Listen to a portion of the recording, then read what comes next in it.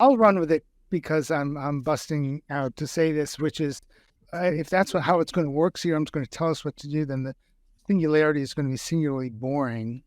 And in fact, competitive differentiation will have to come from not paying attention to AI. There's a lot of interest in AI, but it's not what customers are telling me about what they need to solve. And I will posit that 2024 is a year of busting silos in CRM and really delivering end-to-end experiences. The more we talk about, well, what are people going to do for work in the AI era, I think the more we miss the point in some ways. I mean, we were already, thanks to COVID, looking at a 3-day work week. And I see some of those things trending, and we're not looking at them. It's not just about doing things faster, which is what we've been talking about a lot with AI, but about doing things differently. Right? Maybe we'll continue to see certainly mistakes in the AI space, but the one area that I think we could see a lot of opportunity is how do we train people on things like critical thinking? How do we retrain folks, not because part of their jobs are going away, but because they need to think differently about how they look at the data, the recommendations, the intelligence that's served up to them. The tools we use to teach people critical thinking are going away.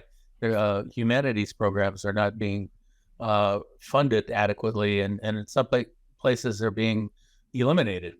All I heard was a lot of blah, blah, blah in the show before. Sorry, but it's a lot of marketing hype again, right? I mean, look, let's be realistic about this. AI is here to stay, but it's nowhere near ready for prime time. Not even close. I don't think you see a whole lot of change in CRM in 2024. And Josh, what you said about more better experiences, I mean, look, people have been saying this for the last 5 years. It just doesn't happen. And the reason it doesn't happen is because, look, it's tough at the end of the day.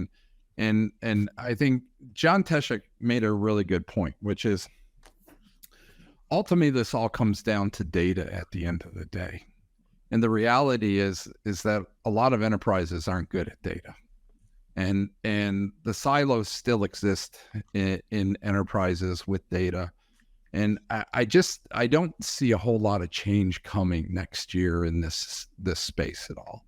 As these tools get better and better, I think you're going to see a lot of CIOs realizing that they can do a lot of this on their own and not have to rely on vendors to do this. And as the tooling, especially around development in machine learning, gets better and better, I actually do believe that we may actually see a move away from vendors and a move towards CIOs taking more on again by themselves, because the tooling will be there for them to do it and have less dependency on vendors for things like AI.